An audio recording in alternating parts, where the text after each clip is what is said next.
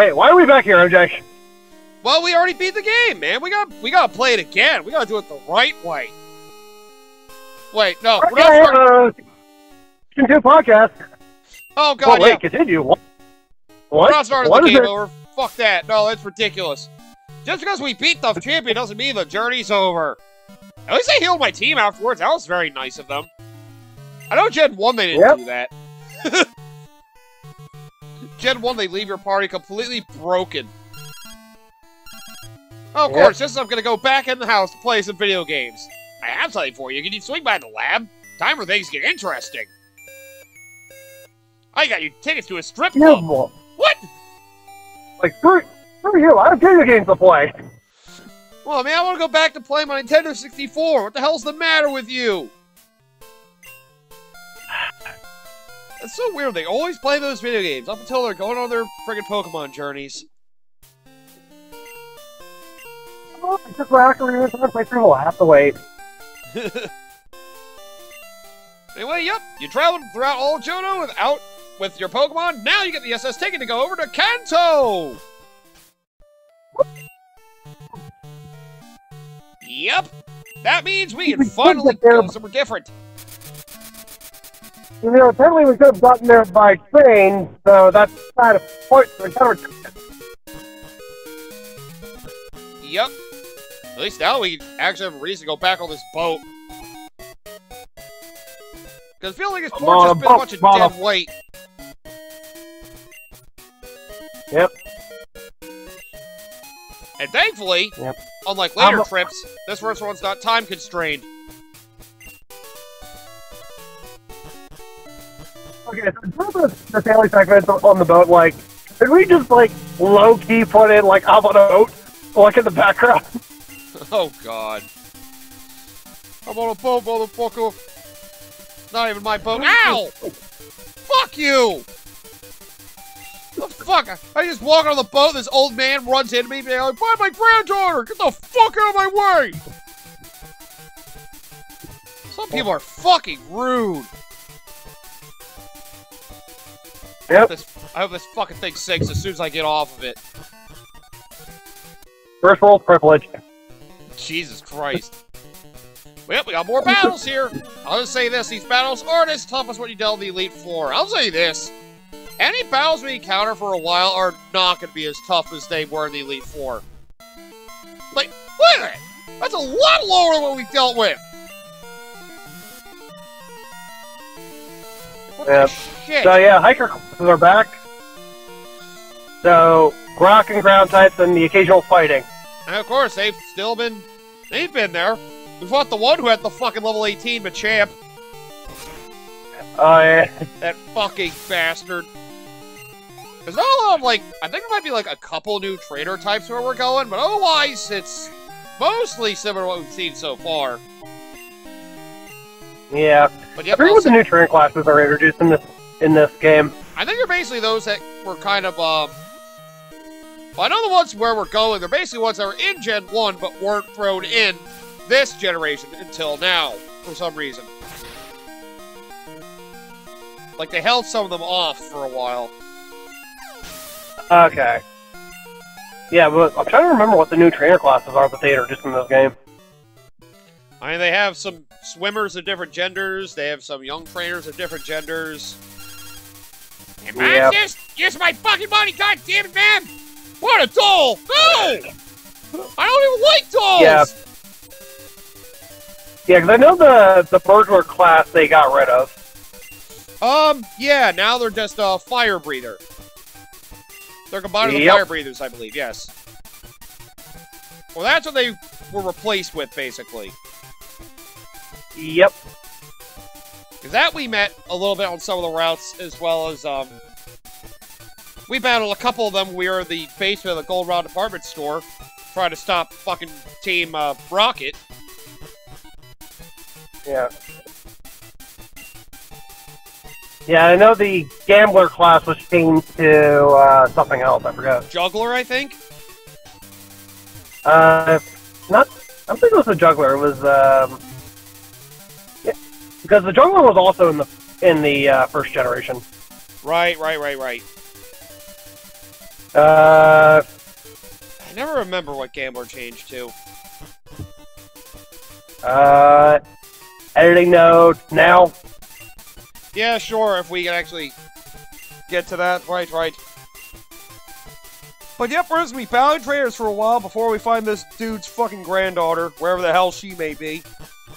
So, did you have any more progress in Pokemon Violet or Scarlet, whatever one you're playing? Not at all. Ah, okay. Most of my free time, if what little I have of it, anyway, these days, Yep.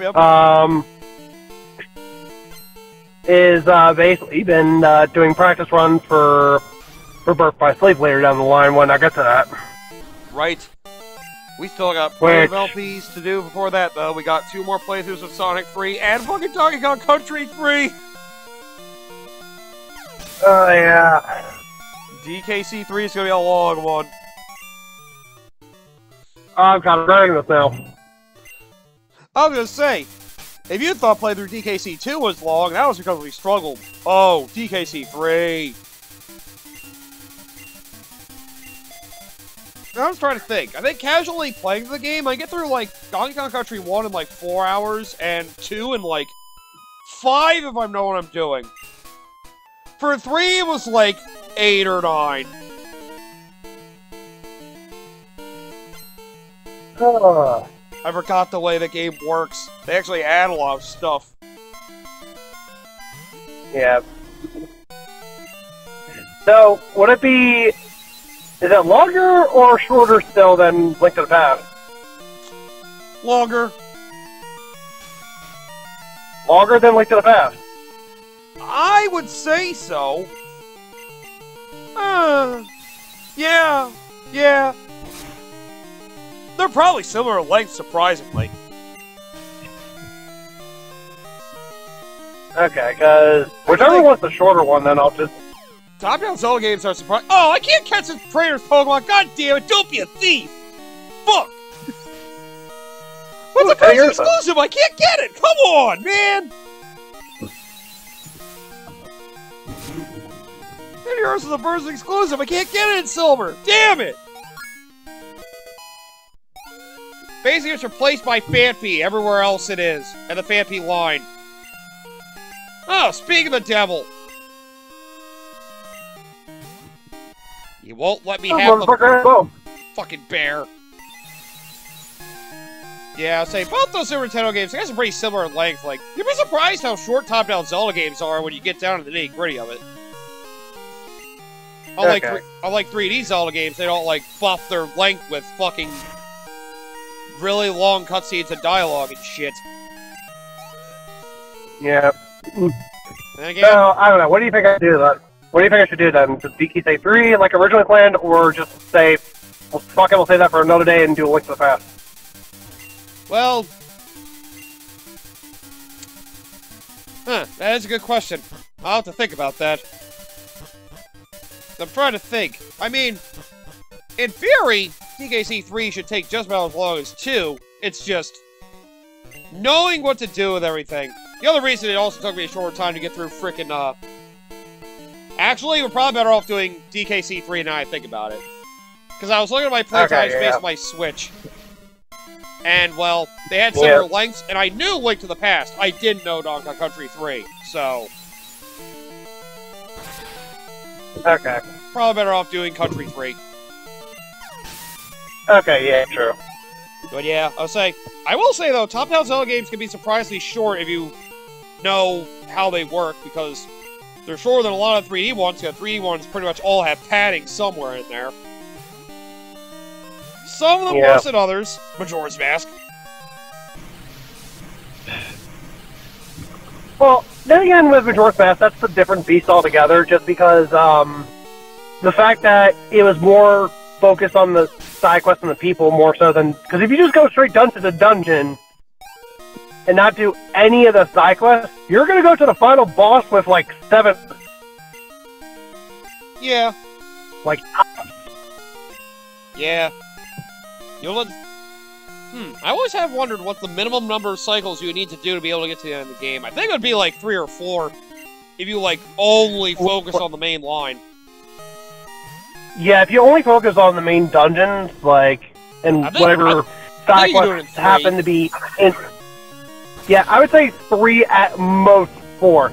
Because you do have to at least do... Well, the first one, yeah, there's no way you do it in one cycle, because technically, when you're the Deku the whole time, that is the first cycle. Yep, the first cycle. Then the second cycle, you get up through the second dungeon, but you need to do an event early on in the cycle to get to the third dungeon, so...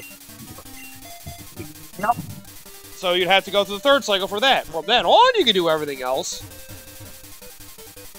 Yeah. There's a lot of little things you gotta work on, though, like in between on the exact order. You could do it in 3, but you gotta be really fucking quick and not do anything you don't have to. Yep. You also gotta think about the required mask you need to get. Yeah, theoretically, you could do the first 2 dungeons in one cycle. Yep. I did almost do that in a replay I played of the N64 version. Yeah. Well, I think my first cycle out for the Deku Scrub thing, I went to the first dungeon, then basically made my way to the second dungeon, and then started a new cycle. Yeah. And then basically, yeah, every other cycle like... after that was like, alright, beat that dungeon, and then do a bunch of shit before I do the next dungeon, then begin the next cycle, do the next dungeon, and just keep rinsing and repeating. Yep, basically. Save the dungeon for an entire cycle. You're much better off that way, especially if you don't know where those fucking fairies are. Yep. Well, I mean, the fairies are technically optional. Yeah, but still, if you're trying to do everything, you're better off just doing the dungeon like, the only one you're cycle. The only one you're really required to do, quote unquote, is the one inside the clock tower. Yep. Because it's like, well, you're in a dead game if you go to fight Skull Kid as the Deku Scrub, and it's like, well, you have no way of getting the Ocarina back, so you're shit out of luck. Yep. If you didn't get that, if you didn't first get that fairy. Yep. And then you have the frickin' well, then all the other 4 are optional. You got, what do you got? You got increased magic, increased defense. Yep. Yep. I'm trying to remember what the first one was. Yeah, I know the last one's basically your big sword replacement. Yep. Which they have as an item, and the reason for that is because of the way the Sword and Shield worked in that game. Mm-hmm. Yep. So now returning to the first fairy in Clocktown as a human got you the Great Fairy Mask. Mm-hmm. God, I really wish I... Oh, the spin attack! You get that for the second one. That's what it is. The upgraded spin attack. That's the second one. The first one's the increased magic. Okay. Yep. Wow, I'm surprised I remembered it. Then I did basically play through the game twice for my own LP, so fucking... Ugh! I had an episode dedicated to showing off the differences in the N64 3DS versions. That was painful all on its own. I imagine the edits have been really painful for that one. Oh, God. Including showing off some of the extra shit, like... Don't you like getting a hug from the ranch owner? Oh, yeah. I had to redo that a lot of times to get that thing to actually show up, surprisingly. Stop giving me the money and give me a hug! I just want a hug!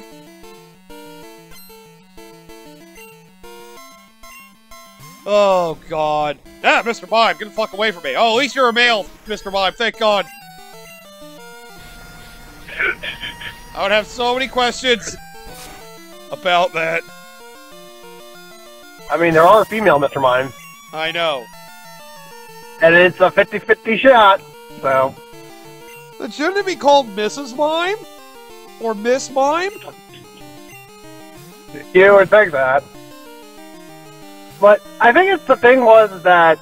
Because I don't know if we've gone over this before or not, but just for shitting it, I'll go over it again. Go ahead. So, it was introduced in this generation. Genders, yes. It's like, neat. And what's the big thing that comes out of it?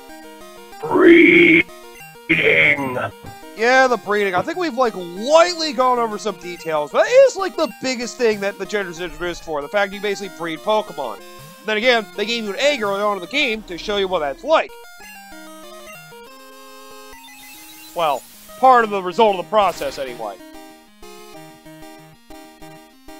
Yeah, so for a lot of the Pokemon, because, well, like, for the, specifically the Gen 1s, I should mention, for the localization, they were not thinking about genders at the time. They were just like, oh yeah, like, Mr. Mime here. Yep. Or, oh yeah, this random rock with arms, Geodude. Yep. Like, now both of which are textbook examples of things that can be male and female. Oh, 50-50 shot. I didn't even think about female Geodude. God damn it. Oh, man. What are they gonna be? Geo-Gal now?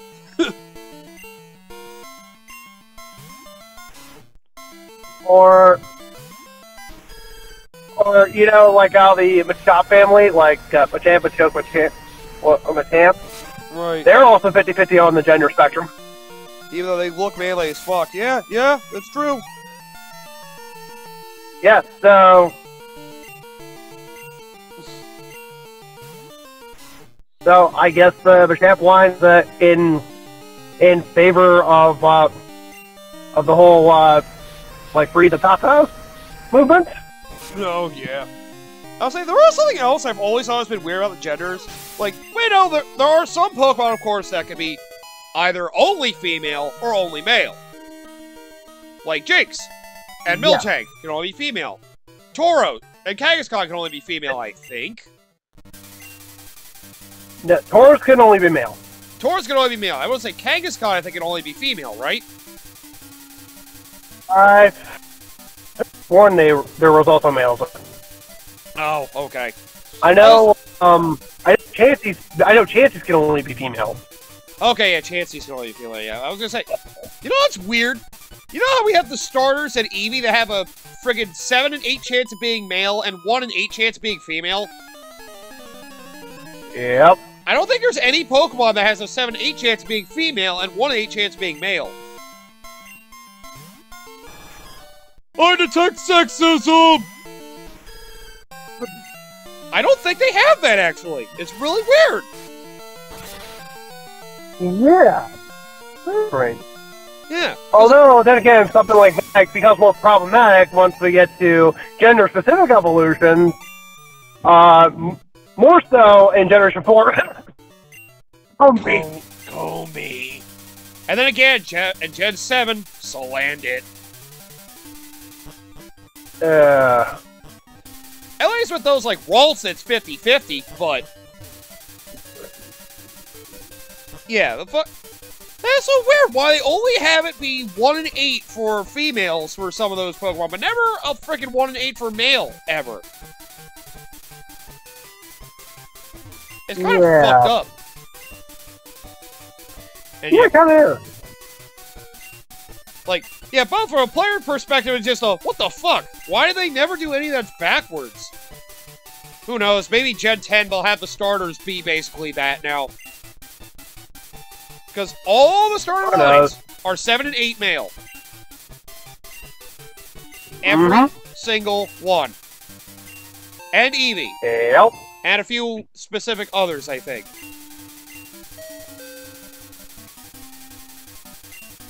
I think the Clefairy line and Jigglypuff line, I think, is all female, and I have to double check that. Yeah, but, generally these games can be pretty freaking weird. Yeah, but then again, later generations also have certain legendaries that genders. Such as Cresselia being female. Yep. Or Heatran being either 50 chance of being male or female. Yep, there's most of the Pokemon have a 50-50 chance of being male to female. A lot of them. Oh, there are a few Pokemon that are three females to 1 male, such as the Clefairy line. Okay, yeah, so... And the Jigglypuff line. Mostly female. the Vulpix line. I'm a little surprised by that. Yeah. The Snubbull line, Corsola, that's So I a guess Gen that's 2 we haven't run into yet. So I guess that's the closest we can think of then, for that. Oh, wow. Okay, I was a whole- little wrong. There's one Pokemon line that is 87.5% females to 12.5% male. One Pokemon line. Litleo. That's the only one. That was introduced in Gen 6? Which is funny, because the first one I've encountered was a male. Wow. Yeah, it was Gen 6. Yep. Of those that aren't female only, that's the only one that has a 7-to-1 ratio. Okay, so they did one. They proved me wrong. Excuse me. Even still, just one. Oh, and Kangaskhan is only female. Yep. As Nidoran Okay, female, it's of only course. female. Oh god, Snorlax, what the fuck? You know what, I should get off this topic for right now. Hang on a sec, I just forgot. Look at us, we're in freaking Kanto now! Look at this! The whole map of the first game! Now we'd actually explore all of it! So, Okay, I'll be right back.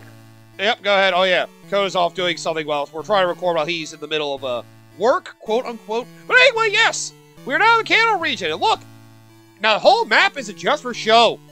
We can actually go into every single spot that was basically the Kanto region from Generation 1. And here's one of the biggest things that people love about Generation 2. Also, the radio stations are different. Basically have different tuning signals for the different radio stations that are similar to what you had in Johto, but not quite the same. You got place and people, and you have a different music station. It does have the same effect. They've remixed music tracks all these areas, and while the areas are very familiar to what you know and love from Generation 1, like I said, this is usually seen as the biggest reason why people love Gen 2 as their favorite generation. It's still the only generation to this day to let you go to a previous region. Not just like you explore for the fuck of it. It's like, oh cool, I go through Gen 1. Oh, you'll see later on. There's a lot more to this than just exploring the map. They actually give you a lot of extra things to do. And that is definitely something that puts this game above most of the other Pokemon generations. Oh, God. To go through this as a kid, especially after Gen 1, it's like one of the best nostalgia hits any, like, Pokemon game's ever done. It's fucking great. Like, regardless of, like, hitting nostalgia hard from any video game, this Generation 2 Pokemon probably executed it the best amongst a lot of video games at the time. And again, you can thank the late Satoru Iwata for that. He managed, through his frickin', you know, dedication and love as a gamer, he wanted to try to fit all of Gen 1 into a cartridge for, the Generation 2 games, Gold and Silver. And by God, he found a way to make it so we can basically go through all of Kanto all over again. Thank you so much for this wonderful gift, Satoru Iwata. Your legacy will always be remembered in many of the games that Nintendo fans adore. Pokemon Gen 2, some of the Earthbound series, Smash Brothers, and plenty of others. But yep. It was mainly thanks to Satoru Iwata he managed to fit the entirety of the Kanto region, a lot of the stuff in here, into a cartridge, which many of the other people working on the project didn't think could be done. Yeah, imagine the game just ended at friggin' Johto, that was it. That would have been so lame. But yeah, it's so good, man. It's so good. We can talk about the gender thing of those Pokemon another time, but yep. A lot of the familiar characters, such as the guy who loves his Rapidash is there too. Gave you a frickin' rare Katie for talking to him. Because, well, you have a bike, so you don't need a bike voucher this time. Which, goddamn, I want to ride 2 bikes at once! Yes, I want to ride 2 bikes at the same time.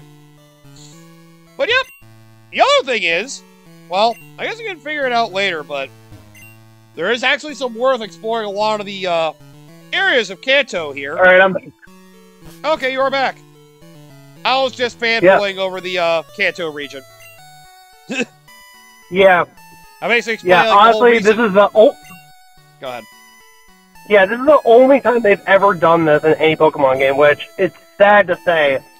But the reason why this was done, because I'm not sure if you went over it or not, but this was originally intended to be... Satoru Iwata was able to fit into the game cartridge with many other people working on the project that they could be done. But Iwata found a way. Which we will go over into the reasons, or the ways he was able to do so, and some of the changes to the region, anyway, when we get to those points. But originally the purpose of it was because, well, this was originally supposed to be one generation. There was going to be no more after this. Yeah, it was going to be a nice way to look back on, like, the previous game as well. And that, at the end of the day, that's the absolute least you could say about it. It was a great way to go back to, you know, the previous generation and admire your journey from the past game.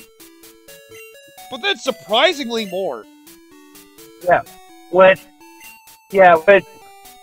honestly, and I doubt they will ever do this, because it's such a freaking moneymaker for the franchise, but I would love if, like, when they get to the point where they're clearly just done, just have one entirely expansive game that goes through every region up to that point. That would be fucking ambitious. And this includes the Coliseum and XD games, like that region too. Good lord. I still have the hope that if they eventually get to the Gen 5 remake, if they're even going to do that, which, if they do, I hope if they do it, they combine Black and White's 1, and Black White 2 together in one package. So basically you have two separate storylines in the one remake.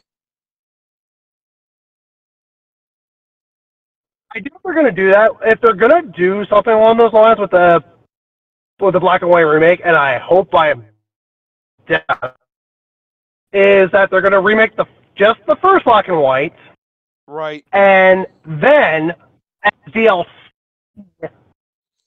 have the Black and White 2 content.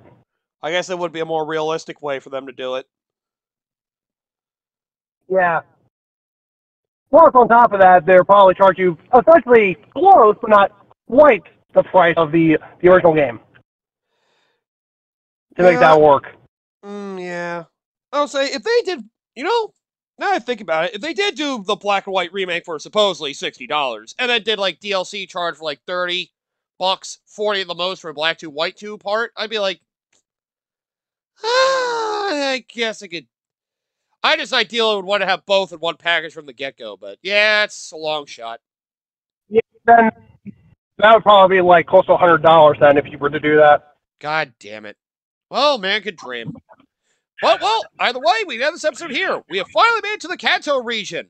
In case you think it's just a little harmless trip tour to go around all the place we've been to before, you're going to see some of the events that make it so much more memorable.